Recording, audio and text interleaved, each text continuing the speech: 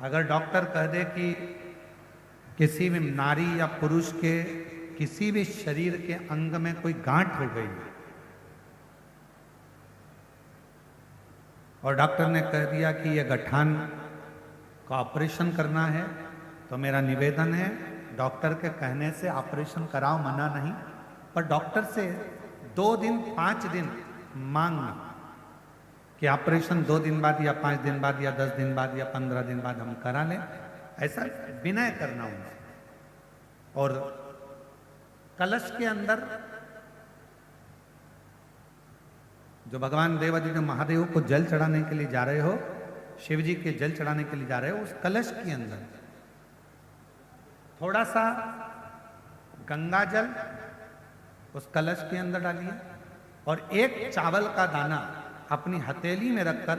कलश को हाथ में पकड़कर श्रंभेश्वर महादेव का नाम लेकर दक्षिण में खड़े होकर उत्तर की ओर, जहां से जलाधारी का जल बहता है, दक्षिण में खड़े होकर उत्तर की ओर मुख कर कर शिव को समर्पित करो श्रंभेश्वर महादेव के नाम से। चावल का दाना बाद में समर्पित करो। उसी चावल के दाने को, चढ़े हुए चावल के दाने को, एक बेलपत्र को लेकर आ जाओ। बेलपत्र सुबह के समय और चावल का दाना शाम के समय उसको चबा चबा कर खा लीजिए और उसके बाद में 4 दिन बाद जाकर वापस जांच कराइए। जो गठान होगी वो श्रंभेश्वर महादेव के नाम से धीरे धीरे गलना प्रारंभ हो। श्रंभेश्वर महादेव का, फिर से बोलो कौन से महादेव? श्रंभेश्वर। मेरे शंकर भगवान ने नरसिंह भगवान के क्रोध को समाप्त करने के लिए श्रंभेश्वर महादेव का रूप धारण करा था, श्रंभ पक्षी। और श्रंभ थोड़ा सा काम नहीं करता, या बच्चों के मुंह से राल बहती रहती है, या बच्चे का हाथ पैर या शरीर चल नहीं रहा हो, शरीर काम नहीं कर रहा हो, डॉक्टर ने कह दिया ये कभी नहीं चल पाएगा, हम उसके लिए भी कहेंगे माताओं से देसी गाय का दूध,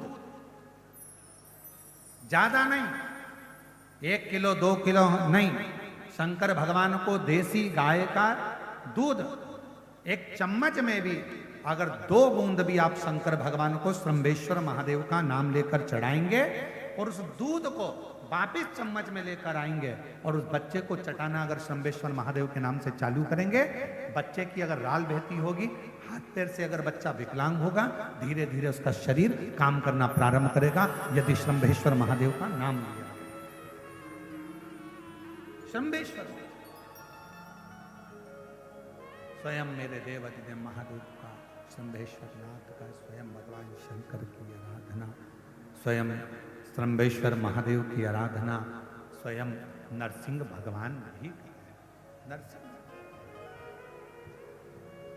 श्रंभेश्वर, ये कथा जो आप और हम श्रवण कर रहे हैं भिलाई से, ये कथा तो कल सुबह 8 बजे से 11 बजे तक होगी और टीवी पर वही 1 बजे से 4 बजे तक। पर इस कल 5 तारीख को विराम होगी, 6 तारीख को बाबा की कावड़ भराएगी प्रदोष की सुबह 9 बजे सीहोर सीवन नदी के तट से कुबरेश्वर धाम 11 किलोमीटर तक। फिर 13 तारीख से 17 अगस्त तक 5 दिवसीय शिव महापुराण की कथा हैदराबाद में 1 बजे से 4 बजे तक पूरन सन्स फार्म, गगन पहाड़, शमशाबाद, हैदराबाद, तेलंगाना में होगी, जिसका समय 1 बजे से 4 बजे तक रहेगा, जिसके यजमान कि हमारा कोई साथ देने वाला नहीं है और हम बिल्कुल अकेले हो गए हैं, कोई हमारा साथ नहीं दे रहा है, कोई हमारा साथ देने वाला नहीं है। आपको ऐसा लगने लगे कि हम अकेले हो गए, कोई साथ देने वाला नहीं है और मंजिल मिल नहीं रही, मंजिल प्राप्त ही नहीं हो रही। कनेर के फूल को हल्दी और कुंकू में लगाकर, हल्दी और कुंकू लगाकर कनेर के फूल में, कुंकू बोलते हो इधर, रोली बोलते हो, क्या बोलते हो? कुमकुम, रोली, तो जो भी आप लोग स्मरण में लेते हैं, हल्दी और कुमकुम रोली लगाकर कनेर के पुष्प को यदि सोमवार की अष्टमी के दिन मां जगतजननी की पीठिका का स्मरण करेंगे, जैसे ये शिवलिंग है और ये जो पीठिका है जहां पर शिवलिंग रखा है, ये गोल जो पीठिका दिख रही है या चौकोर हो या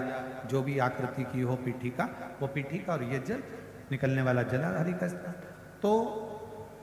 कनेर का जो पुष्प होता है उसमें कुंकू और हल्दी लगाकर सोमवार की अष्टमी के दिन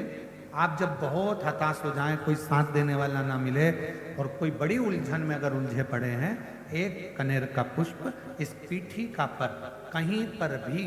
मां जगतजननी की पीठिका पर किसी भी स्थान पर मां तारा रानी का नाम लेकर एक बार अगर आपने सोमवार की अष्टमी के दिन पुष्प समर्पित कर दिया मां तारा देवी के नाम से, देवादिदेव महादेव और मां शक्ति की कृपा अपने आप होगी और वो कार्य सफल होकर ही रहेगा, उसमें सफलता मिलेगी ही, उसमें सफलता अपने आप मिलती चली जाएगी, उसमें सफलता आपको प्राप्त होती चली जाएगी। केवल एक कनेर का पुष्प, उसमें कुंकू और हल्दी लगाकर, कुंकू हल्दी को लगाकर कनेर के पुष्प में पीठिका पर, जो पीठिका है मां जगतजननी दुर्गा भवानी का जो स्थान है, उस स्थान पर उस स्थान